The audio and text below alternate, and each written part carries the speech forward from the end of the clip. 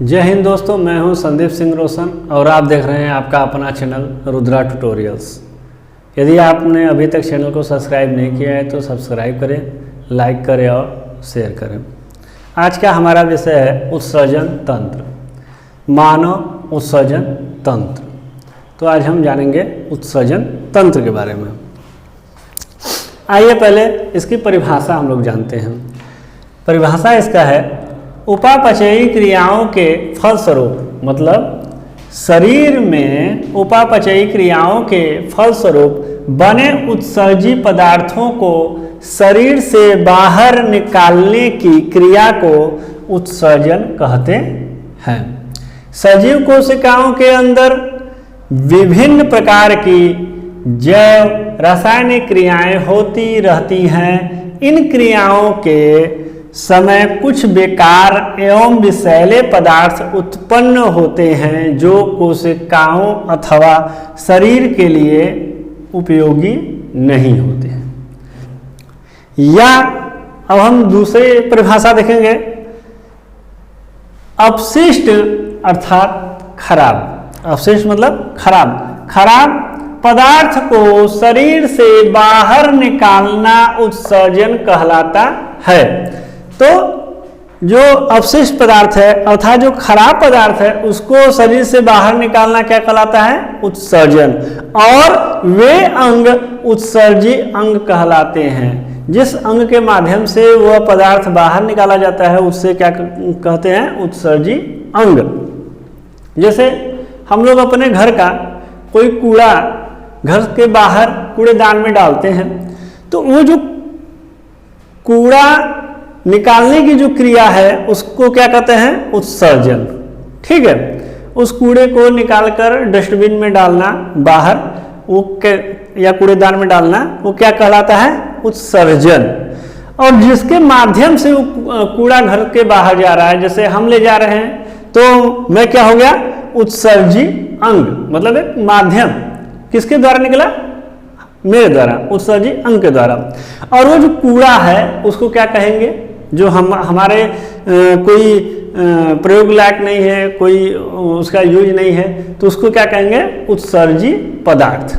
तो उत्सर्जी पदार्थ किसे कहते हैं? उस कूड़े को, मतलब जो खराब पदार्थ हैं, जो कोई यूज लायक नहीं है। हमारे शरीर में ऐसे ही कुछ ऐसे पदार्थ होते हैं जो हमारे शरीर के लायक नहीं होते हैं, उनको बाहर निकाल दिया जाता है। तो उनको बाहर निकालने की क्रिया को उत्सर्जन क्रिया कहलाता है, उत्सर्जन क्रिया।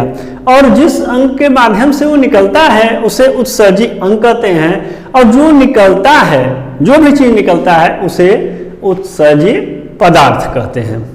ठीक है, तो उत्सर्जी हमारे अंग 500 हैं, 5 अंग है। तो किसी के विचार में आएगा कि हमारे उत्सर्जी अंग 5 क्यों है? क्यों ना एक ही अंग से सारे जो खराब पदार्थ है उन्हें बाहर निकाल दिया जाए? ऐसा नहीं है। जिस प्रकार हम लोग अपने घर का, जैसे नहाना धोना, ये जो गंदा पानी होता है नाले के द्वारा बाहर किया जाता है, पाइप द्वारा। और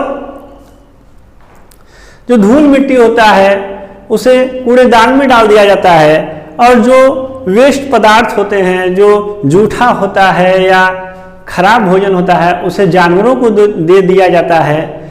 और जो भी लोहा, प्लास्टिक इत्यादि, लोहे, प्लास्टिक इत्यादि का जो भी सामान होता है, टूटा फूटा होता है, उसे कबाड़ियों को दे दिया जाता है, बेच दिया जाता है। तो इन सभी जो चीजें हैं इनको हम लोग अलग अलग प्रकार से इनको बाहर निकालते हैं। उसी प्रकार से हमारा शरीर भी हर जो भी खराब पदार्थ है, जो भी वेस्ट मटेरियल है, उसको बाहर निकालने के लिए अलग अलग अंगों का, अलग अलग माध्यम का उपयोग करती है। ठीक है, जैसे पहला हमारा है त्वचा, स्किन। त्वचा के माध्यम से कुछ खराब पदार्थ को बाहर निकाल दिया जाता है। ये क्या है? त्वचा उत्सर्जी अंग है। और ये जो निकालता है उस क्रिया को उत्सर्जन क्रिया कहते हैं। और जो निकलेगा उसे क्या कहा जाएगा? उत्सर्जी पदार्थ। तो उत्सर्जन त्वचा के द्वारा जो भी उत्सर्जी पदार्थ निकाला जाता है उसमें होता है पसीना, सीबम, नमक। तो पसीना आप लोग जानते होंगे गर्मियों में होता है। सीबम मतलब होता है जो त्वचा पे तेल होता है, ठीक है, तो शरीर पे तेल पाया जाता है नमी के लिए, तो उसे सीबम कहते हैं, खासकर नाक के आसपास पाया जाता है। और नमक, जब आप अपनी त्वचा को जीभ से चाटेंगे या कुछ भी करेंगे तो आपको उसका स्वाद नमक के जैसा लगेगा। कभी कभी परीक्षा में पूछ देगा कि त्वचा से क्या निकलता है तो त्वचा से नमक निकलता है, और नमक के कारण ही बड़ा होता है, ड्रेस कह लीजिए या वस्त्र होता है, उस पर धारियां, सफेद रंग की धारियां बन जाती हैं, वो नमक के कारण होता है, वो पसीने के द्वारा निकलता है।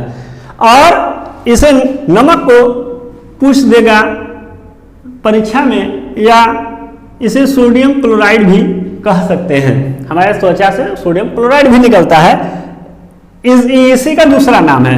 इसी को रासायनिक में NaCl भी कहा जाता है। तो ये तीनों एक ही है, ठीक है।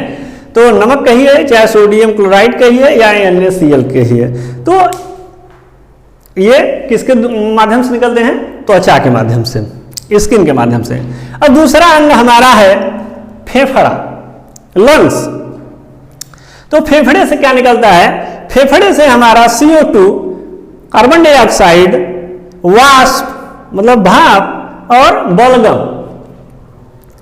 CO2 हम लोग जानते हैं कि हमारे ब्लड को शुद्ध करने के लिए उसमें फेफड़े के माध्यम से ही, फेफड़े को फुफ्फुस भी कहा जाता है, तो फेफड़े के माध्यम से CO2 को बाहर निकाला जाता है और ऑक्सीजन को उस ब्लड में डाला जाता है। तो ऑक्सीजन को ग्रहण करता है फेफड़ा और कार्बन डाइऑक्साइड को त्यागता है, बाहर निकालता है नाक के माध्यम से, ठीक है। तो ये तो एक रास्ता है, जो हमारा नाक है ये हमारा एक रास्ता है, लेकिन इसका मेन अंग फेफड़ा है। वाष्प मतलब भाप। अब आप लोग को ये लगेगा कि भाई शरीर से भाप कैसे निकलेगा, क्या हमारा शरीर खौल रहा है? तो हमारे शरीर से थोड़ा बहुत भाप निकलता है, जिसको हम लोग आसानी से ठंड के मौसम में देख सकते हैं। तो हम लोग जब ठंड के मौसम में बोलते हैं या फूंकते हैं या कोई भी क्रिया करते हैं, सांस लेते हैं, तो एक भाप बाहर निकलता है। बलगम सर्दियों में होता है, ये फेफड़े को जाम कर देता है, नाक के रास्ते को जाम कर देता है। तो ये बलगम भी हमारे शरीर के वेस्ट पदार्थ होता है, और इसे भी फेफड़ा ही प्रेशर देके नाक के रास्ते बाहर कर देता है, ठीक है। तो बलगम वही खेखार, जो खेखारते हैं सब जाम हो जाता है, गला खरखर करने लगता है, तो हो गया ये बलगम। बड़ी आंत, लार्ज इंटेस्टाइन। तो बड़ी आंत से क्या निकलता है? अनपचा भोजन। आप पाचन तंत्र में हमारे वीडियो को देख सकते हैं, पाचन तंत्र। तो पाचन तंत्र में जो भी हम लोग भोजन करते हैं, जो हमारे शरीर के लायक होता है, वो हमारा शरीर उसको अवशोषित कर लेता है, ठीक है। और उसके बाद जो हमारे शरीर के लायक नहीं होता है या वेस्ट होता है, अधिक हो जाता है, जो भी हो, जो पचता नहीं है, वो अनपचा भोजन काइल, इसको अंग्रेजी में काइल कहते हैं। और ये बड़ी आंत के माध्यम से और ये गुदा द्वार से मल के रूप में त्याग दिया जाता है, जिसे लैट्रिन भी कहते हैं। यकृत, लीवर हमारा अमोनिया को यूरिया में परिवर्तन करता है। तो ये जो अमोनिया है ये बहुत ही विषैला चीज है, तो ये बहुत विषैला है पदार्थ है।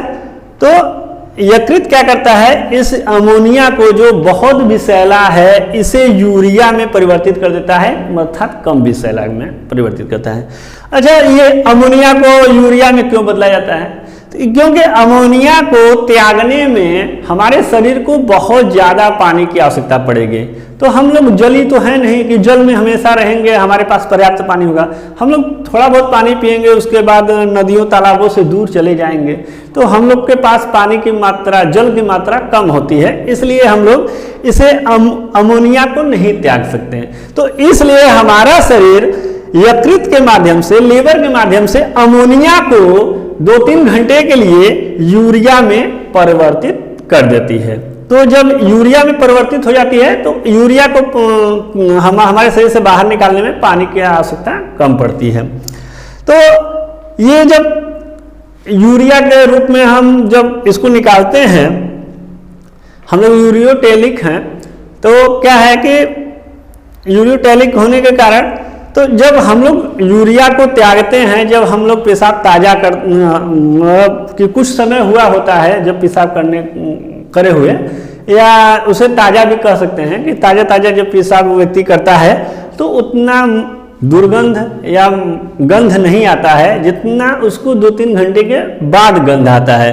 तो ये क्या करता है, यकृत क्या करता है, अमोनिया को टेम्परेरी रूप से 2-3 घंटे के लिए केवल यूरिया में परिवर्तित करता है। उसके बाद यूरिया को पेशाब के रूप में किडनी द्वारा बाहर कर दिया जाता है।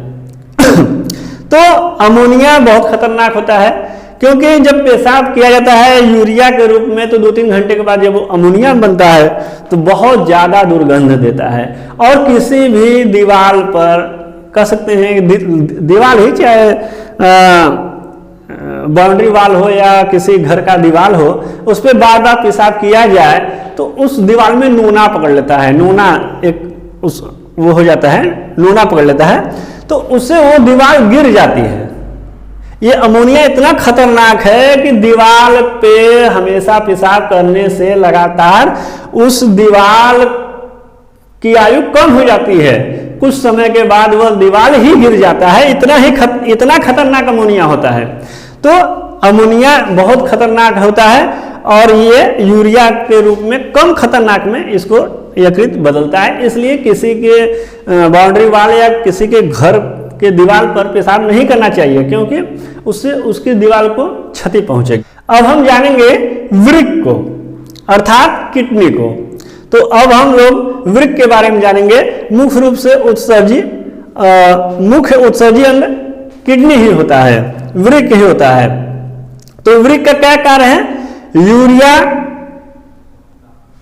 पेशाब का उत्सर्जन, मतलब कि यूरिया को पेशाब के रूप में उत्सर्जन कर देना, मतलब उत्सर्जन मतलब त्याग देना, उत्सर्जन माने निकाल देना। मुख्य उत्सर्जी अंग किडनी होता है, हमारे शरीर का मुख्य उत्सर्जी अंग वृक्क होता है। तो हम लोग अब आगे जानेंगे इसके बारे में। अब हम उत्सर्जन तंत्र के मुख्य उत्सर्जी अंग के बारे में जानेंगे, जिसे किडनी कहते हैं। वृक्क या गुर्दा, ये क्या होता है? गुर्दा या वृक्क या किडनी, इसे 3 नाम से बुलाया जाता है। यह क्या है? मुख्य उत्सर्जी अंग है। ये कैसा है? क्या है? मुख्य उत्सर्जी अंग। इसकी आकृति एकदम सेम की आकृति की होती है, जैसा कि हम लोग सेम का यूज करते हैं भोजन में, उस सेम के बीज की आकृति का इसकी आकृति जैसा आकृति इसकी होती है। तो ये क्या करता है? पहली बात तो ये हमारे शरीर का मुख्य उत्सर्जी अंग है। रक्त को छानता है। रक्त को क्या करता है? ये छानता है। रक्त को ये छानता है, बात ध्यान दीजिएगा, ये रक्त को छानता है लेकिन शुद्ध नहीं करता। छानना और शुद्ध करने में अंतर है। छानता का मतलब कि उसमें जो भी वेस्ट पदार्थ हैं, खराब पदार्थ हैं, उसको क्या करता है, ये छान देता है और उसको आगे बढ़ा देता है, शुद्ध नहीं करता। इसका मात्र एक ही काम है कि ये रक्त में से जो भी अवशिष्ट पदार्थ हैं, खराब पदार्थ हैं, उन्हें ये क्या करता है, अपनी ओर खींच लेता है और शुद्ध को उस ब्लड को छानकर छोड़ देता है। ठीक है, ये केवल रक्त को छानता है। ठीक है, जैसे हम लोग चाय छानते हैं, उसमें से चाय की पत्ती को निकाल लेते हैं, उसी प्रकार से ये रक्त को छान लेता है और उसमें से जो कण हैं, जो वेस्ट पदार्थ हैं, खराब पदार्थ हैं, उन्हें वो अलग करके रक्त को छोड़ देता है। शुद्धिकरण ये नहीं करता। शुद्धिकरण ये फेफड़े में होता है। फेफड़े में इस ब्लड में से कार्बन डाइऑक्साइड को निकालकर ऑक्सीजन डाल दिया जाता है। मतलब कि फेफड़े में रक्त में से कार्बन डाइऑक्साइड को बाहर निकाल दिया जाता है शरीर से और ऑक्सीजन को उसमें मिला दिया जाता है, जिसके कारण वो लाल हो जाता है, वो शुद्ध हो जाता है। ठीक है, ये ऑक्सीजनीकरण ये करता है कौन, फेफड़ा। ये केवल क्या करता है, छानता है, बस छान देगा, उसके बाद छोड़ देगा। ठीक है, पेशाब निर्माण। ठीक है, अम्ल व क्षार को ये क्या करता है, पेशाब का निर्माण करता है और अम्ल व क्षार को नियंत्रित, मतलब कि ये एसिड और बेस पीएच मान इसका बनाए रखता है। किसका, एसिड और बेस का, मतलब अम्ल और क्षार का। जहर को निष्क्रिय, ये जहर को क्या कर देता है, निष्क्रिय कर देता है। ठीक है, जैसे कोई जहर खाया तो वह जहर पूरे शरीर में अपनी मात्रा जो भी रखेगा, उस मात्रा का कम मात्रा आपका किडनी में पाया जाएगा, वृक्क में। उस जहर का सबसे ज्यादा मात्रा लीवर में पाया जाएगा। ठीक है, क्योंकि लीवर जो जहर को पाएगा वो सेम वही रखेगा, लेकिन ये जहर जब आएगा आपके किडनी में तो वो क्या कर देगा, जहर को निष्क्रिय कर देगा, निष्क्रिय कर देगा और उसका अम्ल क्षार सब नियंत्रित कर देगा, पीएच मान नियंत्रित कर देगा। पूछ दिया जाए कि शरीर में कोई व्यक्ति अगर जहर खा लिया है तो उसके शरीर में सबसे ज़्यादा जहर कहाँ पाया जाएगा, तो लीवर में, और सबसे कम पाया जाएगा कहाँ, सबसे कम वह किडनी में। ठीक है, जैसे कि कोई दारू पीता है तो पहले लीवर खराब होता है, किडनी उसका जो अम्ल क्षार होता है उसको नियंत्रित कर देता है, जिसके कारण वो खराब नहीं होता है। संख्या 2 होता है। ठीक है, किडनी एक जोड़ी होती है, संख्या 2, एक जोड़ी का मतलब 2। ठीक है, भार 120 ग्राम से 120 ग्राम से लेकर 170 ग्राम तक हर व्यक्तियों में अलग अलग होता है। किसी में 115 भी पाया जाता है, तो 115 भी कह सकते हैं, लेकिन 120 से 170 ग्राम तक। ठीक है, 120 से लेकर 170 ग्राम तक। इसमें से परीक्षा में यदि पूछ दे 115 भी सही है, 115, 120, 125, 130, 135, 140, 150, 160, 165, 170, तो ये 120 से लेकर 170 के मध्य में होता है। कम से कम 120 या 115 और ज़्यादा ज़्यादा 170। ठीक है, झिल्ली पेरिटोनियम, ये जो किडनी की जो झिल्ली होती है, जो झिल्ली में ये ढकी होती है, ये क्या होती है, इस झिल्ली का नाम पेरिटोनियम। हमारे हार्ट का झिल्ली होता है उसे पेरिकार्डियम कहते हैं। तो किडनी की झिल्ली पेरिटोनियम, इसी प्रकार से हार्ट की, हृदय की झिल्ली पेरिकार्डियम। और ब्रेन की अलग झिल्ली होती है, लीवर की अलग झिल्ली होती है, फेफड़े की अलग झिल्ली होती है, तो ये अलग अलग झिल्ली होती है। तो इसका मुख्य रूप से हम किडनी पढ़ रहे हैं, तो किडनी की झिल्ली को पेरिटोनियम कहते हैं। बाहरी भाग कार्टेक्स, ये आप देख रहे हैं कार्टेक्स, किडनी के बाहरी दीवार को, ठीक है, क्या कहते हैं, बाहरी दीवार या बाहरी भाग कार्टेक्स कहते हैं, जिसे वल्कुल भी कहा जाता है। आंतरिक भाग, आंतरिक मतलब बाहरी भाग के अंदर अर्थात मध्य में मतलब मिडिल, मिडिल का मतलब मेडुला, तो मिडिल मेडुला या मध्य मेडुला आप लोग याद कर सकते हैं। इसके मध्य भाग को या मिडिल भाग को क्या कहते हैं, मेडुला। प्रवेश द्वार रेनल हाइलम, इसका जो प्रवेश द्वार होता है इसे रेनल हाइलम कहते हैं। यहाँ पे यूरिया मैक्सिमम होती है, यूरिया की क्या होती है मात्रा, मैक्सिमम, क्योंकि सारे यूरिया इसी मार्ग से आएंगे, तो सबसे ज्यादा यूरिया कहाँ पाया जाएगा, किडनी में नहीं पाया जाएगा, किडनी के प्रवेश द्वार में। इसको क्या कहते हैं, रेनल हाइलम मतलब प्रवेश द्वार। प्रवेश द्वार में क्या होता है, यूरिया मैक्सिमम ज्यादा से ज्यादा होता है। इकाई अर्थात यूनिट नेफ्रॉन, इसकी संख्या होती है 8 लाख।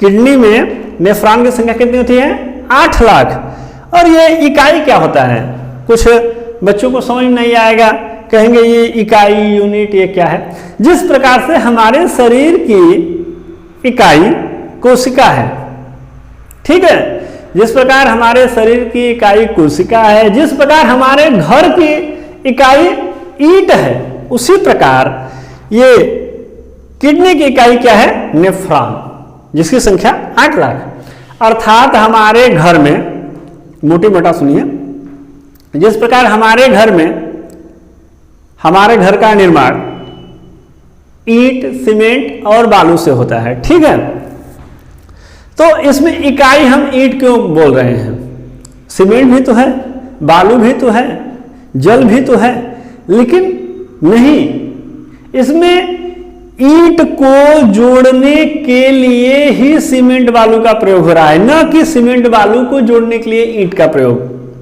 तो इसमें अधिकता किसकी है, ईंट की है। ईंट को जोड़ने के लिए ही सीमेंट बालू का प्रयोग किया जा रहा है, इसलिए वो इकाई नहीं होगा, वो तो एक जोड़ने का माध्यम है। लेकिन हमारा घर जो बनता है वो ईंट से बनता है। उसी प्रकार ये जो किडनी है ये नेफ्रॉन से बना है। केवल नेफ्रॉन ही नहीं, इसमें हो सकता है कुछ और भी हो, लेकिन अधिकता किसकी है, नेफ्रॉन की। नेफ्रॉन के बाद ही कोई आएगा, नेफ्रॉन के बाद। और नेफ्रॉन की संख्या कितनी होती है, 8 लाख। किडनी में नेफ्रॉन की संख्या कितनी होती है, लगभग 8 लाख।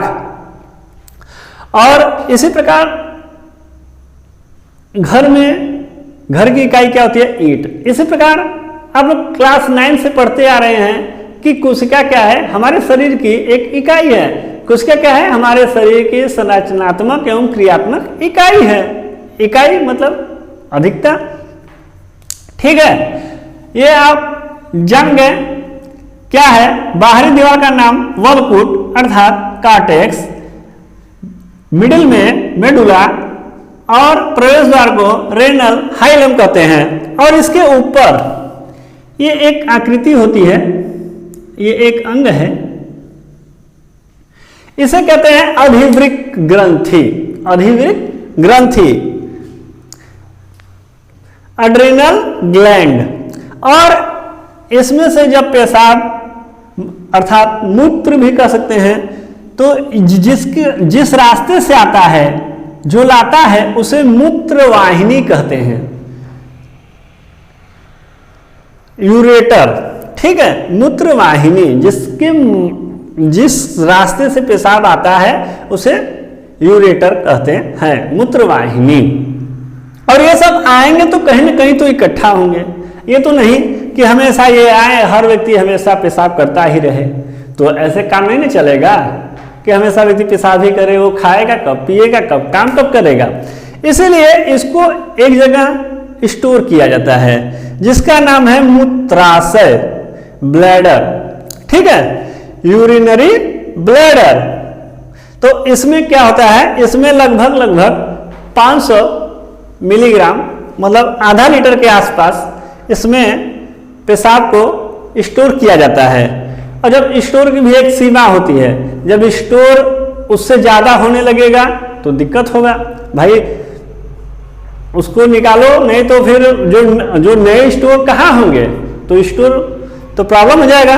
तो इस स्टोर को खाली करने के लिए मूत्र मार्ग मतलब अर्थरा के माध्यम से, मूत्र मार्ग के माध्यम से इसे शरीर से बाहर निकाल दिया जाता है। ठीक है, किडनी में क्या हुआ, पेशाब आया बना और मूत्रवाहिनी से मूत्राशय में इकट्ठा हुआ और मूत्राशय के बाद मूत्र मार्ग के द्वारा उसे त्याग दिया जाता है, अर्थात उत्सर्जित कर दिया जाता है।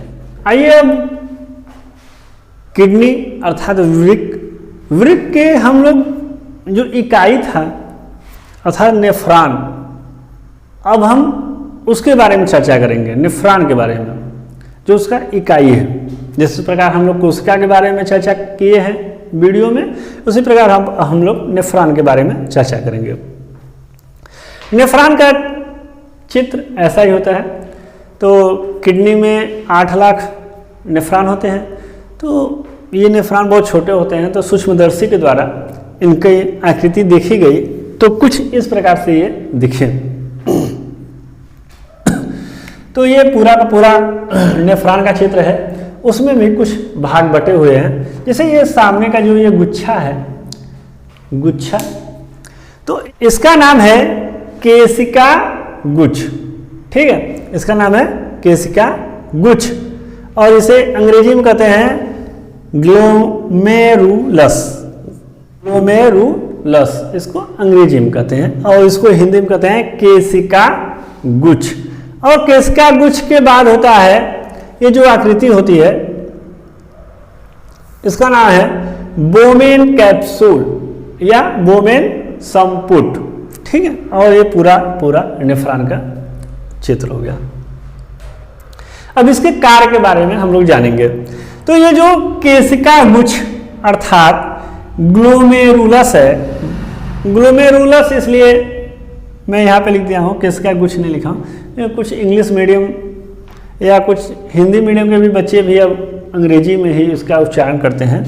तो ये जो है ग्लोमेरुलस, ये क्या कार्य करता है, ये निष्पादन करता है। निष्पादन मतलब ये छानता है। जिस प्रकार ये एक तरह से छन्नी टाइप का है, तो ये क्या करता है, छानता है। ठीक है, रक्त से कणों को छानता है। ठीक है, शुद्ध रक्त को वापस भेज देता है।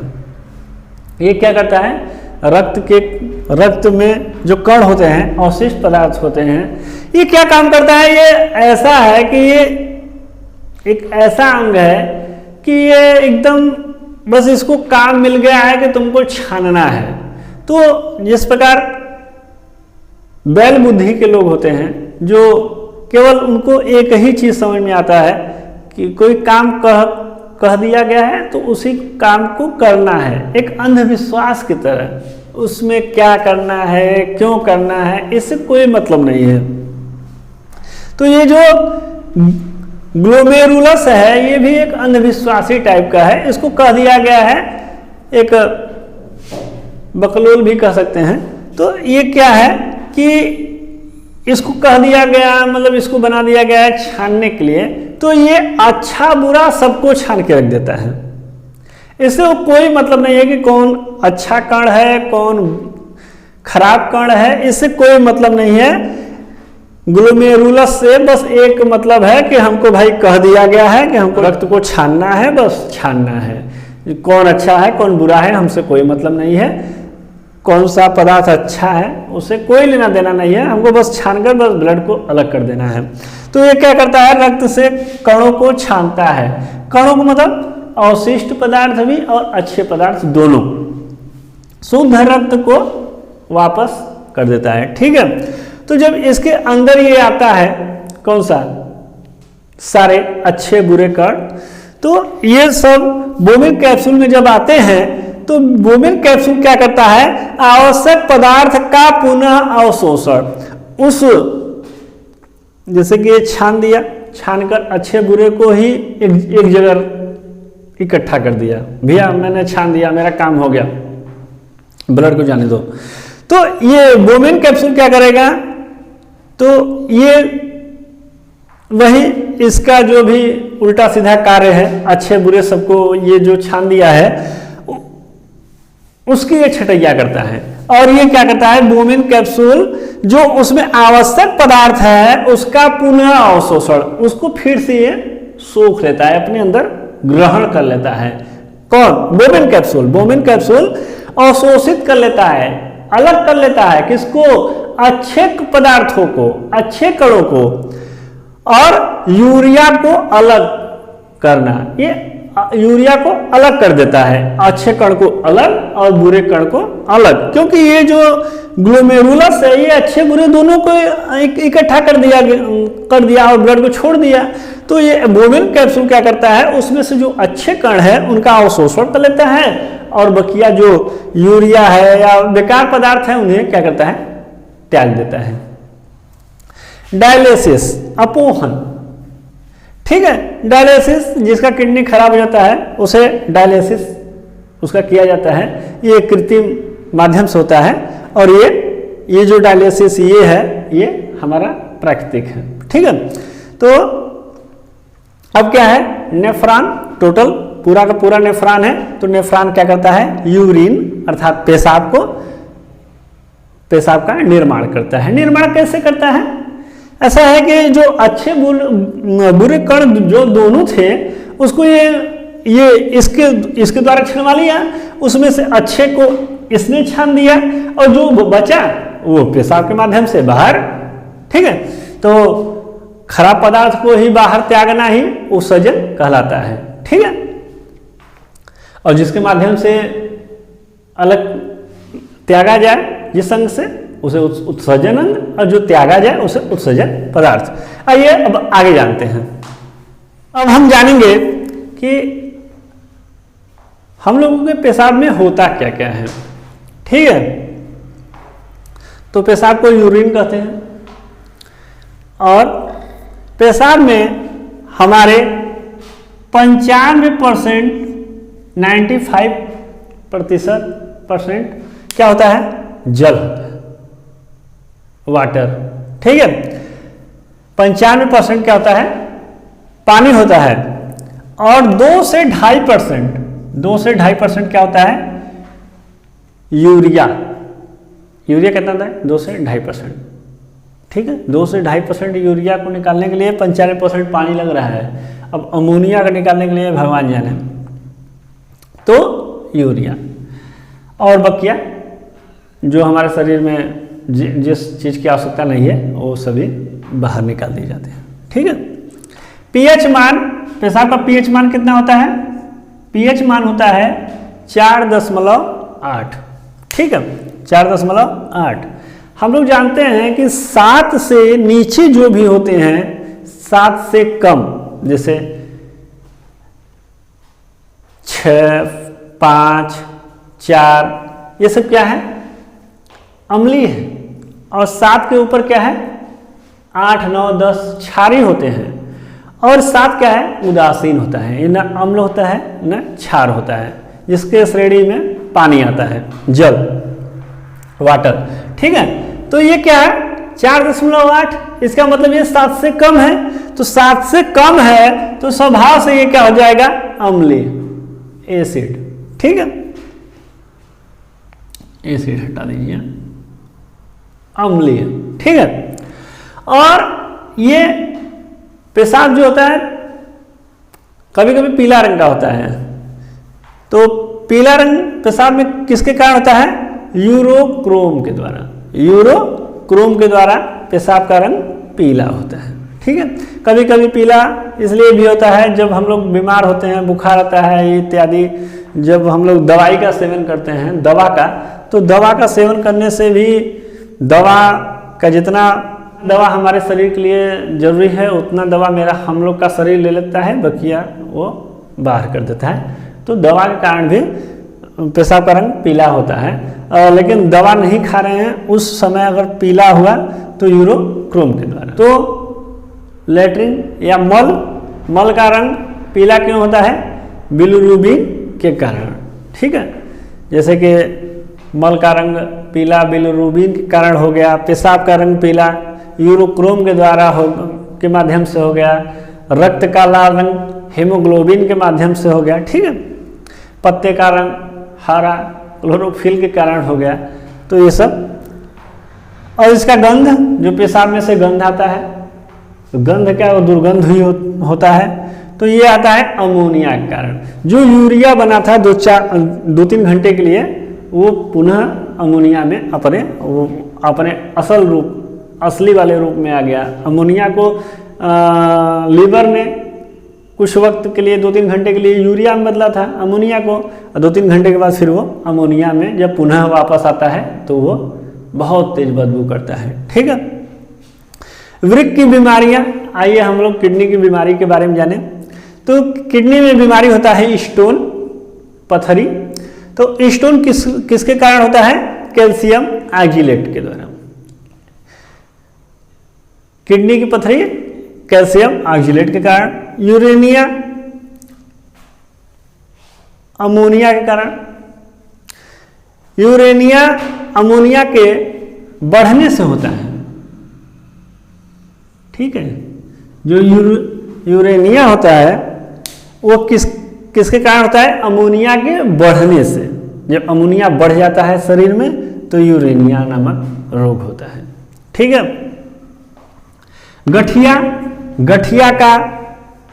गठिया किसके कारण होता है? जिसमें पूरे शरीर का जोड़, जो संधियां होती हैं, जोड़ होते हैं, वो सभी दर्द करने लगते हैं। उसमें क्या होता है, जो शरीर में एक प्रकार से ग्रीस जो होता है, जैसे कि बुढ़ापे में गठिया पकड़ता है। कुछ लोगों को जवानी में भी पकड़ लेता है। तो गठिया की बीमारी किसके कारण होती है? यूरिक अम्ल का बढ़ना, क्या यूरिक एसिड या यूरिक अम्ल का बढ़ जाना और साइनोवियल का घट जाना। यूरिक अम्ल जब बढ़ जाता है तो गठिया की बीमारी होती है, और साइनोवियल घट जाता है तो गठिया की बीमारी होती है। ठीक है, और किडनी खराब हो जाता है तो वही नाते रिश्तेदार इत्यादि या किसी से खरीद कर मृतक की लगने वाली हो तो मृतक के मरने के 48 घंटे के अंदर किडनी का ट्रांसप्लांट हो जाना चाहिए। अब हम जानेंगे मुख्य उत्सर्जी पदार्थ।